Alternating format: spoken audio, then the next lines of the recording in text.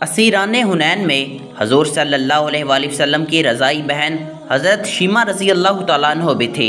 लोगों ने जब उनको गिरफ़्तार किया तो उन्होंने कहा, मैं तुम्हारे पैगंबर की बहन हूँ। लोग तस्दीक के लिए आप सल्लल्लाहु अलैहि वसल्लम की खिदमत में ले गए।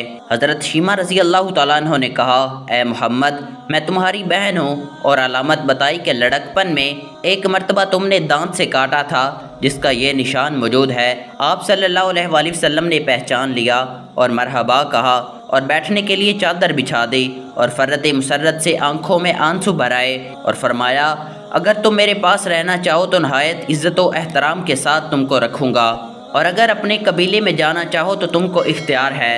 हज़रत शीमा रज़ी अल्लाह तआला अन्हा ने कहा, मैं अपनी कौम में जाना चाहती हूँ और मुसलमान हो गई।